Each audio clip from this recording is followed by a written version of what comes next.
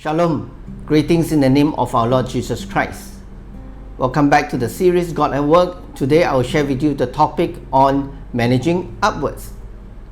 Have you ever felt that your boss does not acknowledge the work that you do in the workplace, even how hard that you have put in your effort? Or sometimes you may feel that your immediate report is biased towards you, or you receive unfair treatment from him or her. Worse, you may feel that your boss does not even notice your existence. If you do feel the same way, you are not alone. For many people, the primary ingredient in job satisfaction is not the quality of the food in the lunchroom or the pantry. It is not the office layout or the equipment that you have. It is not even the workload, salary, or benefits. It is the relationship with the boss. In fact, one study showed that 65% of workers that have gone for the survey would choose a new boss over a pay rise when they come to changing their job. So, brothers and sisters, managing up or managing upwards has become a trendy buzz phrase at all levels of corporate ecosystem nowadays. We all understand the concept of traditional top-down management, but what exactly is managing up? It is not that your boss or your manager is incompetent and you need to manage him, coach him, or even guide him or her. Let's see, the Bible tells us in Hebrew chapter 13 verse 17, have confidence in your leaders and submit to their authority, because they keep watch over you as those who must give an account. Do this so that their work will be a joy, not a burden, for that would be of no benefits to you. Why is managing upwards important? When it is done well, managing ups makes your manager's job or your boss's job easier, including yours as well. Understanding the best way to communicate with your boss, demonstrating that you care, meeting performance goals, and more, your boss will definitely notice you. Managing up can be especially important with a newly hired manager or when you change teams, that you have a new boss, new team leaders. Demonstrating these behaviors will start your relationship off on the right foot. There are many benefits for managing upwards. Firstly, you will improve your relationship with your boss.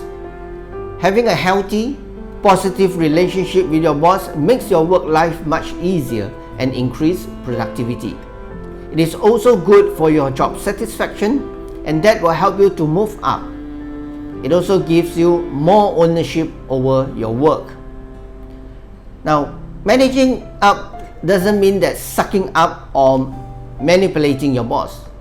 It means being the most effective employee you can be, creating the value for your boss and your company as defined by the Harvard Business Review. While your managers often possess certain strengths and advantages that enable them to make good decisions, they also often possess certain disadvantages or weaknesses due to their own personal failings. So how do you manage upwards? Managing up is using the traits of a good manager or great manager to support your own boss. So there are some tips on managing upwards. First, you need to know your boss's working style. Meaning to say that if your boss require you to constantly update him when he has actually delegated some tasks to you, do that. If your boss is a very detailed person, always remember before you submit your work for his approval, check all the work before you let him spot your mistake. Secondly, you must make your boss look good. Now, you must make him look good in front of the stakeholders, particularly his boss as well, and as well as the customers. So if your boss look good and your boss feel proud of you, right? So it will be easier. The relationship will not be tense. You need to progressively communicate your progress with your boss. Meaning to say that constant updates. Probably when you have any achievements that your boss may be too busy to take notice, shout for the attention. Subtly inform him that you have done this, you have accomplished this, this is your achievements. You must ask questions and clarify expectation, because managing up, it is also managing your boss's expectation.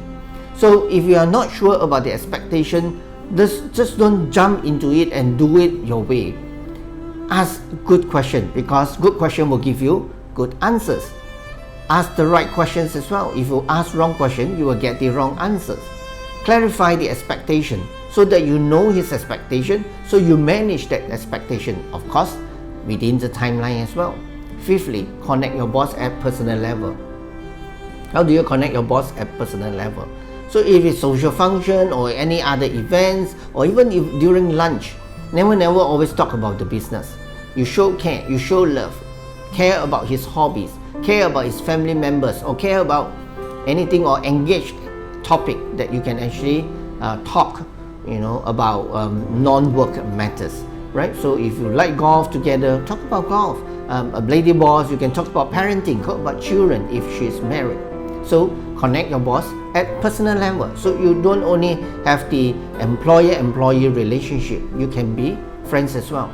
Last but not least, thank your boss for helping you, because sometimes certain tasks that you need his help, even though he has empowered you, delegated that to you, you must always be courteous, be appreciative, thank him, right? So that it shows appreciation. That will definitely manage him better.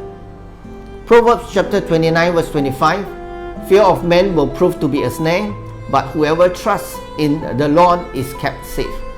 Now at the end of the day, when you submit to authority, it means that you are also submitting to the Lord. So it is not about you are frightened about him, that you kowtow to him. No, because in everything that you do, we know that the Lord is with us. Trust the Lord and involve him in the workplace.